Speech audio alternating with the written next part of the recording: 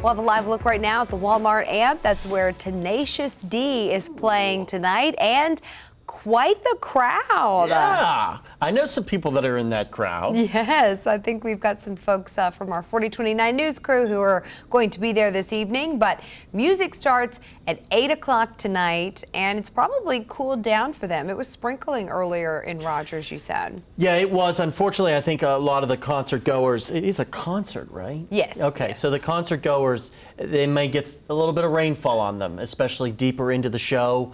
So, yeah. Sprinkling or heavy? What are we looking at here? It could be kind of both. Coming and going. Some waves of rainfall for the most part, which you'll see here on the radar in just a second. First, I wanted to start out with just how amazing it is, how quiet most of the country is today. You can see just some severe thunderstorm watches and warnings across Texas and eastern New Mexico, but that's about it in terms of impactful weather. Most of the lower 48 is nice and quiet on this 9/11. Now for us, we do have those showers moving through. Not really worried about thunderstorms, severe weather, anything like that, but there could be some embedded pockets of some heavier downpours mixed in here as well. It is running into drier air.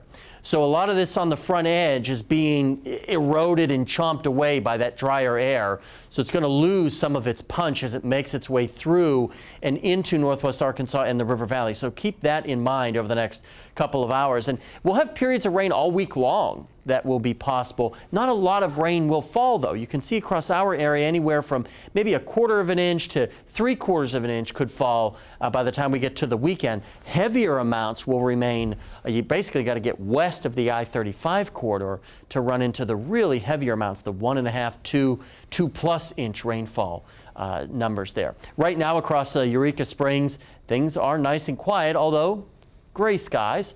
Same thing in Fort Smith. I'd call this considerable cloudiness with a couple of peaks there for sunshine as the sun is beginning to set on this Monday evening.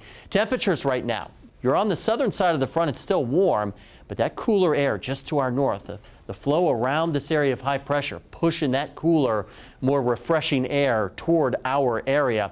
Closer look at northwest Arkansas shows those pretty widespread in temperatures. You know, mid to upper 70s, Madison County, lower 70s in Bella Vista as that cooler air continues to filter in. Still warm across the River Valley, basically in the 80s. Now, as we go through the night, that area of rainfall will continue to make its way toward our area with hit or miss showers of varying intensity making their way through northwest Arkansas as well as the River Valley. That shower activity could linger into the overnight and early morning hours as well, so a wet commute tomorrow morning. But again, not everybody's seen it. More hit or miss variety showers, most of it wrapping up by the lunch hour, so that will be quiet Tuesday evening and into Wednesday morning. Lows tonight, because of the cloud cover, will be a little bit warmer, 60s for the most part, no upper 50s. And then temperatures going almost nowhere tomorrow into the lower to mid 70s because of the rain and the cloud cover as well. And you can see the good half of the week kind of cloudy, kind of dreary, kind of, wet, moist as these waves of rain make their way through the area. But by the weekend, things should start to clear out and warm up a little bit to where we should be for this time of the year.